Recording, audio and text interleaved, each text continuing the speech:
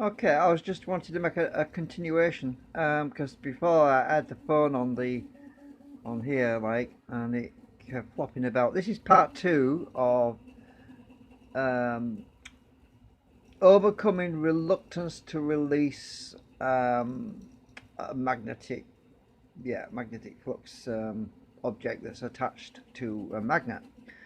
Anyway, so basically I made this little jig simply. What I've done to make it a lot easier, I put this ball bearing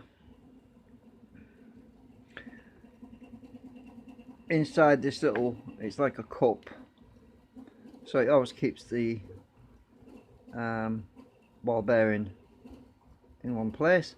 So got this little cup in there that holds the ball bearing, and I can't put different size ball bearings at the moment because of the height. The bigger ball bearing would stick up too much.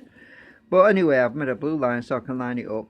Now, as I was explaining in the previous video, the way I've got this rotor arranged is 4 quadrants, and this is my balance rig. Really, it's for balancing my my magnetic drum wheels. So some of the magnets in the middle are smaller magnets, but they distort the field slightly, offset things a bit, but those are not the key to this particular way. What's important about this is the fact that we have all of these groups of 3 here. This stack here is all basically pointing up in one pole, so that's all south, for example, and the next one is all north.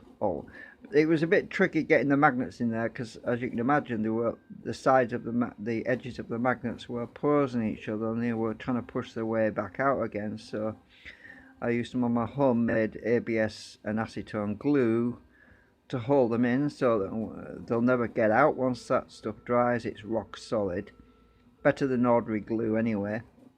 So I made this jig, and this is my wheel inside a wheel toroidal assembly with some blue tack to hold it on the bottom. And so the way these toroids work simply is that they harvest the flux and turn the flux energy against itself. So, like, for example, this is why I thought I'd do a follow-up.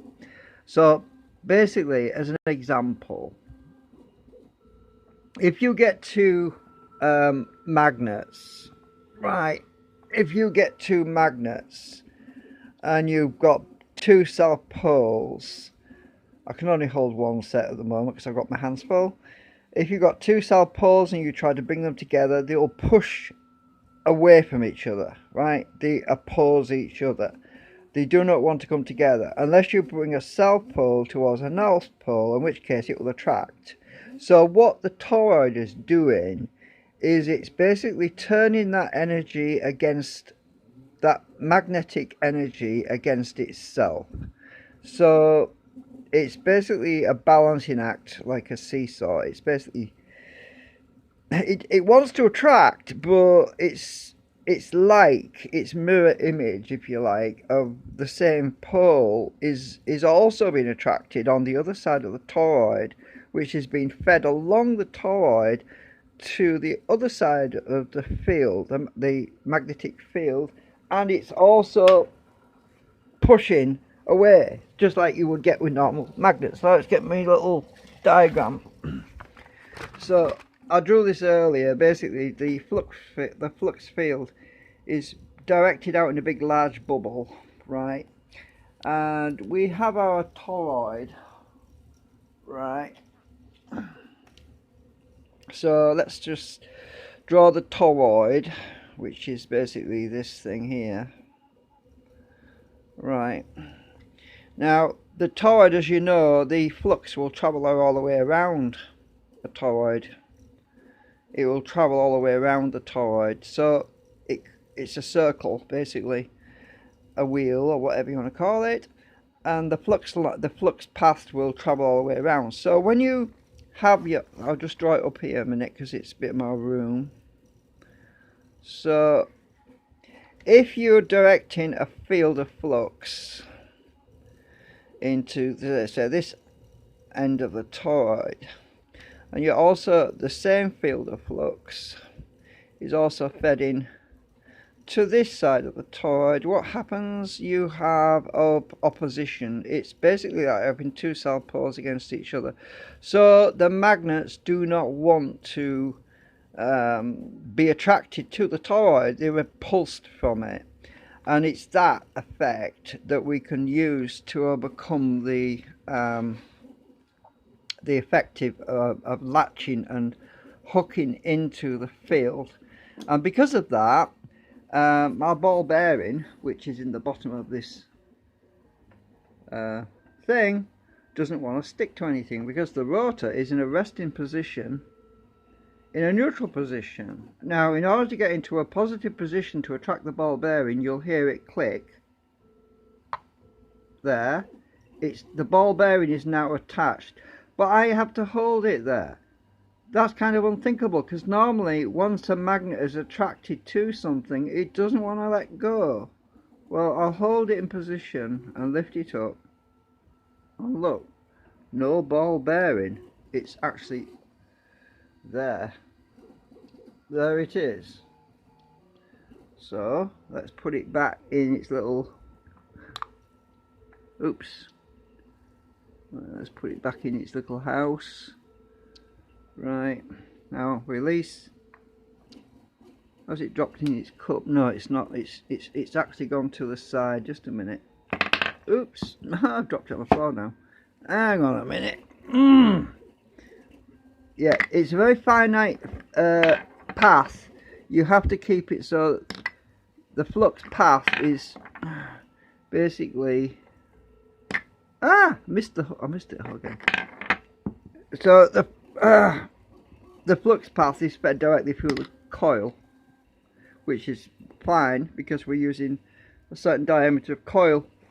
As long as right, so the ball bearing is back in its little slot. Put this thing in. I'll line up with the blue line. I need to be in the center. Now, when I turn this, oh, it's not in the right place. There we go. Now you can hear it. I haven't got this lined up properly. It has to be directly over the ball bearing.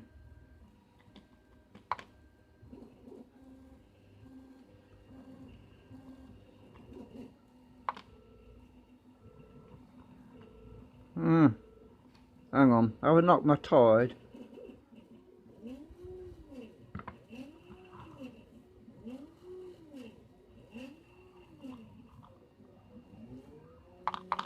There we go. It has to be just in the right position, so the thing underneath the toroid is directly above the ball bearing, basically. Oh, I knocked it again. I've knocked it again.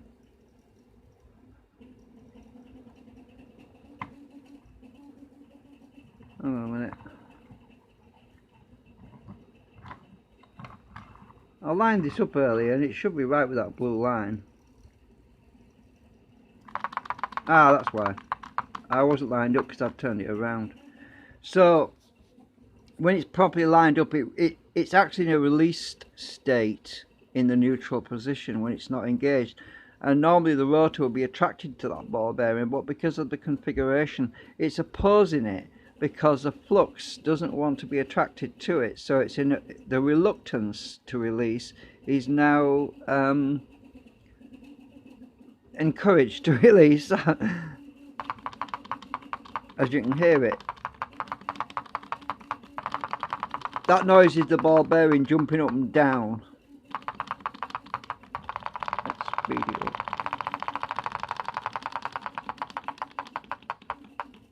And as you can see, there's very little drag on it. Oops, I've knocked it out of alignment. It's difficult to do when you're filming.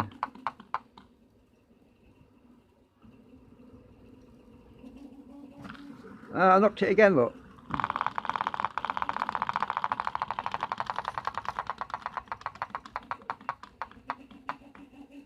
and when it's resting,